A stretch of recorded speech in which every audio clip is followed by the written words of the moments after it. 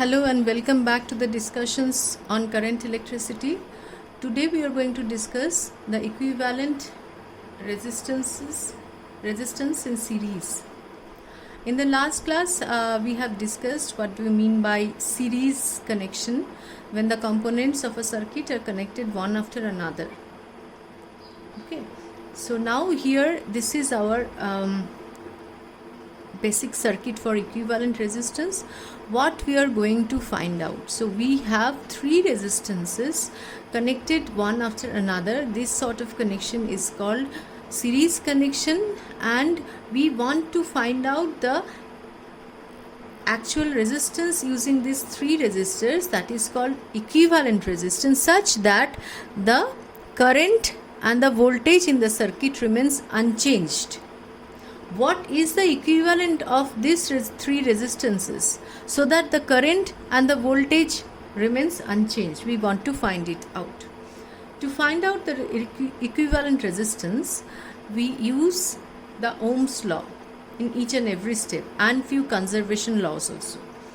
So first of all, please keep this in mind. In a series connection, the current through each resistor remains same. If I current is flowing through the circuits, I current will flow through each and every resistor. Well, now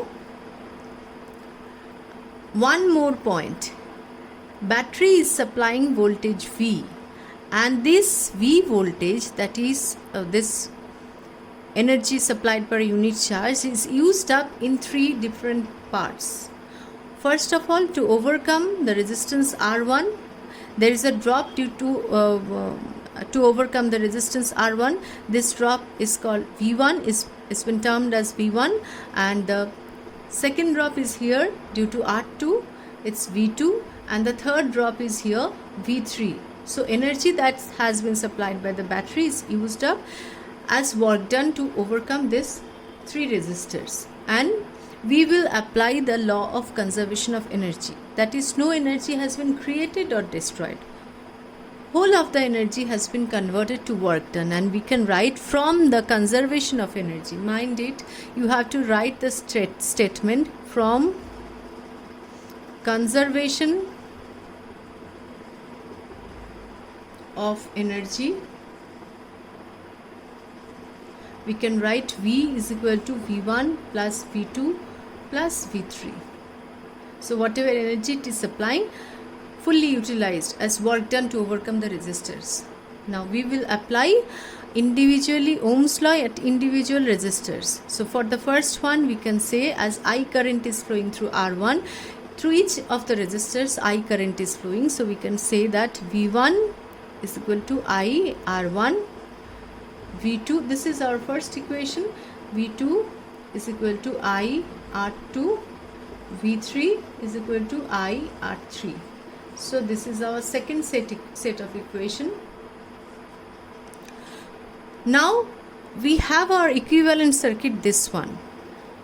If we want to replace this three resistor by a single resistor such that the I and V remains same, then what will be the value of R equivalent? So we will apply Ohm's law here also.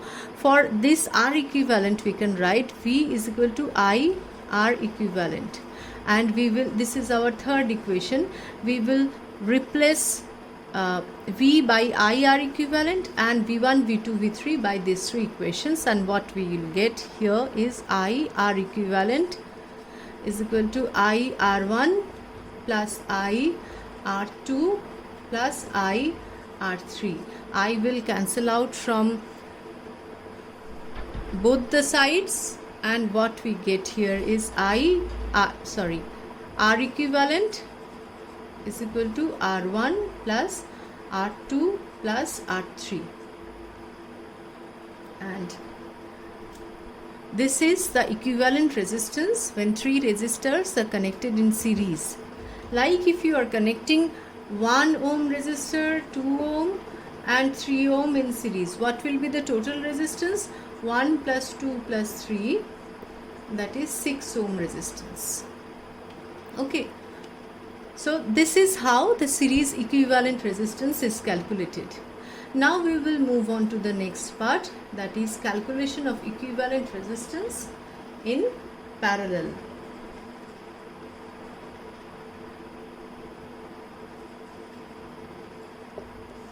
Now, before we move on to the parallel circuit, 2 points again I am revising, that when we are considering series connection, current remains constant and voltage is divided into 2 or 3 or 4 parts. How many resistors? It depends on how many resistors you are connecting in a circuit. Okay, so another important part is, if you are, instead of 3 resistors, if you are connecting 4, then it will be R1 plus R2 plus R3 plus R4 and so on. Okay, now we will move on to the parallel circuit.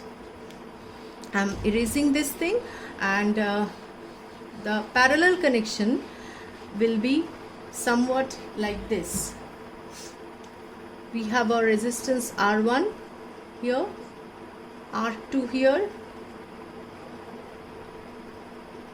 and R3. I am not connecting any more resistance. So looking at this connection, you can say they are connected in parallel. So these resistance are kept in parallel, R2 and R3. And from this junction we connect the battery and a key, closed key of course, and complete the circuit. Now the battery has a voltage V, and this is your key, and current I flows through it. When the current comes here, it gets 3 paths to flow. So through path 1, I1 current will flow. Through path 2, I2 current will flow. Through path 3, I3 current will flow. And if the resistance is less here, resistance less means more current will flow through. If the resistance is more, less current will flow. In this way it will be divided. So I will come here and it will get branched in 3 different paths. Again, at this point, this 3 current will come meet together, and again we'll get back I current. Here what conservation law we are following? We are following conservation of charges. Current means flow of charges, and in the first part we have studied that charges cannot be created or destroyed. Total charge of an isolated system is constant. So here also charges are not created or destroyed. Charge per unit second is also not created or destroyed. So remains constant. So we can say that I, from the charge conservation, we can say that I is equal to I1 plus I2 plus I3. Okay. Now one more thing, for parallel connection, the potential difference across these 2 junctions, these two are the common junctions to R1, R2 and R3. So potential difference across these common junctions remains same, that is V. Whatever energy we are given, potential difference we are applying, EMF we are applying here, will be reflected here only. For series connection, the current was remaining constant. For parallel connection, potential difference across resistors connected in parallel will remain constant. Current will get branched. Please keep this in mind.